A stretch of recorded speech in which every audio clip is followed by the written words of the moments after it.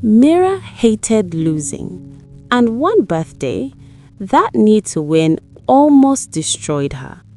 The worst part, her friends didn't even know they were in a competition. If Tolu changed her hairstyle, Mira would book a more expensive stylist the following week. If Ife posted beach pictures, Mira would find a rooftop lounge with better lighting and post hers a few days later. The competition was subtle but constant. Now her birthday was coming up, and unfortunately, so were theirs. Tolu's boyfriend had just surprised her with a weekend getaway. Ife's man had gifted her the newest iPhone. Mira, single, chronically single. But her pride would never allow her to sit quietly in that truth. "Oh, you people should relax," she said one evening as they sat in the living room eating jollof rice. "My birthday will shock you. My Odogu doesn't play small." Tolu looked up from her plate. "This your Odogu that we have never seen?" "He travels a lot, oil and gas. My man is always outside the country." Ife laughed. Because there was no Odogu and her mystery man was just vibes and lamba, backing out felt like defeat. You are watching Juicy Tales by RJ, where every story is a little adventure. That night, lying on her bed and staring at her POP ceiling, Mira opened her DMs to see her options. If love weren't available, funding would have to do. Some men had been in her DMs for months, begging to be noticed. Men who led with money and believed generosity was the only personality trait needed to woo a woman. The first man, a nursing consultant in his late 30s, sent Mira 150,000 naira for pre-date maintenance before they even met. The second took her shopping and insisted she pick something worthy of a queen after a passionate night together. The third transferred 400,000 naira for cab fare as he was about to leave the hotel room they lodged in. Mira stacked the funds carefully.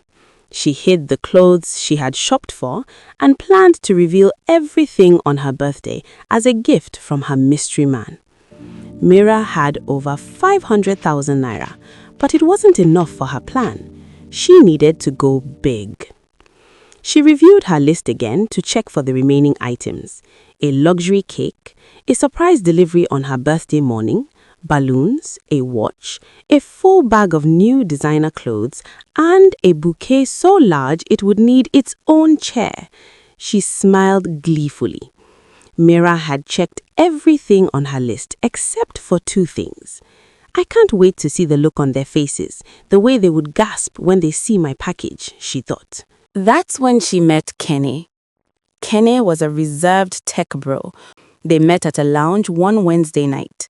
Mira wore a sexy dress and seized her opportunity to shine when the MC passed her the mic during the karaoke session. Kenny found Mira's smooth voice appealing. He asked the barman to pass his message on to Mira. Within minutes, Mira was at his table. Kenny was different. He was charming and confident. Unlike the others, he didn't seem impressed by her appearance.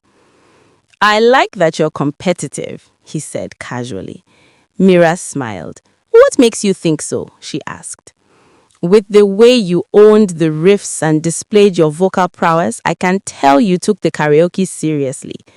Mira flushed.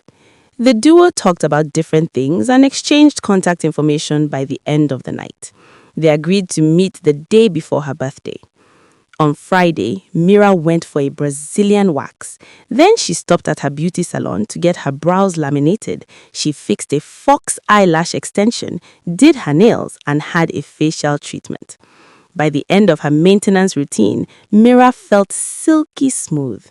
"By the time Kenny sees me tomorrow, he won't be able to get his hands off me," she thought happily. Be careful what you wish for. The next day, Mira picked out a long Adire backless dress. She applied her body oil generously, did a simple lip combo, sprayed her perfume, and wore the Versace Medusa plaqued geometric sunglasses her ex had bought her. Mira arrived at Kenny's duplex late in the evening because of Lagos traffic. When she entered the house, she saw lit candles. The jazz music playing from his stereo set the tone for the night. As she sat down, Kenny pointed at a massive gift box beside the sofa. I like women who can keep up. Kenny didn't just give Mira a gift, he gave her a challenge. Inside the box were the designer heels and bags she had been subtly hinting at online for weeks. Mira screamed, genuinely thrilled. Kenny was intense and confident. Too confident. Kenny and Mira ate and drank. They laughed as they watched a comedy series on the TV and subtly touched each other now and then. Mira thought it would be like one of her previous escapades, but Kenny was different in every way. The subtle foreplay quickly became overwhelming. Mira tried to keep up. She tried to match his energy because she never backed down, even when she should have. She looked at the Dior logo on the bag across the room and thought of Ife and Tolu's reaction. She gritted her teeth and pushed through. This wasn't regular. She was securing the bag for the group chat. This would score her aura points. Mira woke up on her birthday morning sore. It wasn't a cute romantic sore. It was a regret sore. She sat up and immediately lay back down. Her entire lower body felt as if it had declared independence. "Are you okay?" Kenny asked lazily. "Perfect," she lied. By the time she got home, walking felt like an alien concept. Every step required calculation. She made it to her room and shut the door. Mira sat on her bed, then stood. She sat again. No position seemed to work. She eventually turned her standing fan toward herself and lay on the bed staring at the ceiling. "What type of trouble is this, eh? On my birthday for that matter," she muttered. Then came the knock. "Mira!" Tolu sang. "Birthday girl!" Silence. "Mira! We know you're inside. We can hear your fan. Your Odogu's package just landed." Of course they could. "Mira!" The handle turned. She panicked and tried to close her legs. Big mistake. She gasped so loudly that the door flew open. There she was, flat on her back, legs slightly apart, fan on full blast, face red. Both friends froze. "Birthday girl, what happened to you?" Ife asked, slowly looking at her, then at the fan and back again. Mira covered her face. It was the birthday package. "Birthday package?" Tolu and Ife chorused. Mira pointed at the box and then at her waist. Then realization set in. "No, you did not," Tolu whispered. Mira groaned. "His D was too big." Both girls stared. "How big is too big?" Ife asked. Mira stretched her hands wide in demonstration. The room exploded. "What? Mira?" "Is it Mr. Mystery Man?" Ife asked. "No, it's a new guy." "Why are you having a genital meet and greet with another man when you have a man?" Tolu questioned. "I lied. I don't have a man," Mira finally blurted. "You both have these amazing boyfriends and I didn't want to look small." "Small?" Tolu repeated. "You almost dislocated your future for competition?" Shocked, Ife crossed her arms. "So, you mean the surprise they just delivered to our doorstep was from you, as in Joro to Joro?" Silence. "You paid for your own bouquet? And the balloons?" "Yes."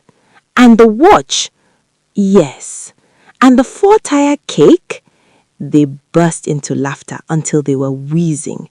Then it softened. "You know we don't care about that stuff, right?" Tolu said gently. Mira stared at the ceiling. Water flowed down her face. "I care. I wanted to win for once." Then she burst into tears. The friends lay beside her on the bed, consoling her. "Babe, na single you single. You no kill person. Please, never feel pressure to do something like this again," Ife said. "And to think, my boyfriend and I might break up soon because of our genotype," Tolu added. "Really?" Mira asked, shocked. "Yes. Don't you know relationships aren't perfect? See, forget the things you see people display. Things are not always as rosy as they seem, Tolu said. Leave her. Let her use giant bola to scatter the place because of a glimpse of people's reality she sees, Ife added. Mira confessed about the other guy she slept with to pull off her birthday surprise package. The extent to which Mira went to win a competition they weren't aware of surprised Tolu and Ife. You are not in competition with us, Ife said. You are right, Ife. Mira, the competition was one-sided all along. We are friends. All of us shine differently. There is no need for competition, okay? We love you, Tolu said. Mira swallowed. That hurt more than anything Kene had done. Have you seen the size of your bunda? Baby girl, your perfect man will show up sooner than you think. Don't stress yourself. They pulled Mira into a group embrace and stayed that way for some minutes. For 4 days, Mira moved carefully around the apartment. Side steps, slow turns, no sudden sitting. Every time she passed the fan, Tolu made dramatic sound effects while Ife walked exaggeratedly behind her to make her laugh. They also brought her food, pain relief tablets, and sweet treats. 2 months after her birthday, Tolu dropped a link in their WhatsApp group. Omo, look at this Maldives package. Ife and I are thinking of a girls' trip in June. Mira, are you in? When Tolu dropped the link, Mira's first instinct was to check her low savings account and scout for a new sponsor to avoid being the only one staying back in Lagos. But then she looked at the fan. Her thumbs hovered over the keyboard, ready to type, "Of course! We can even book a private jet." She looked at the fan in the corner of her room, the silent witness to her birthday shame. Mira took a deep breath and typed, "I would love to, but I'm actually saving up to move into my place right now. I'll have to sit this one out and see your beautiful pictures." She hit send and waited for her friends to laugh at her, but they didn't. Instead, Ife suggested they book a weekend staycation at the KAP resort in Oyo State, where they could all relax on a smaller budget. Mira was glad she didn't give in to the urge to compete. She continued to work on her self-esteem, and their friendship blossomed beautifully. Her next birthday post was simple. She didn't write about a mystery man or being spoiled silly. She posted brunch pictures and gratitude to God. 5 months after her birthday, Mira received an invitation to a friend's game night. The living room was a chaotic scene of slamming Ludo tiles and heated arguments over whether a 6 had actually been rolled. Mira sat on the edge of the rug, her back against the sofa, nursing a cold malt. "You are remarkably quiet for someone sitting next to a Ludo war," a guy said, dropping onto the floor a few feet away. Mira looked at him. He was wearing a band t-shirt and had a calm, observant energy that cut through the noise. "I'm enjoying their banter," she said, tilting her head back, "because I don't have to roll a die right now." He laughed. "Fair point. I'm Daniel. I'm currently hiding from my cousin because I lost her a bet." "What was the bet?" "That I could name every track on Superstar in order," Daniel admitted sheepishly. "I missed one. Now I owe her lunch for a week." Mira grinned. "That's a rookie mistake. You have to know your Wizkid history before you put food on the line." "Clearly," he said, shifting to face her fully. "So, what's your area of expertise, aside from judging my poor betting choices?" "Design," Mira said. "Mostly logos and brand identities. It's 80% staring at fonts and 20% convincing people that neon yellow is not a professional color." Daniel leaned in, genuinely curious.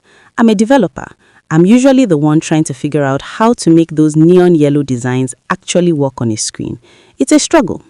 They spent the next hour talking about the friction between code and art, the best spots for suya on the mainland, and the absurdity of Lagos office culture.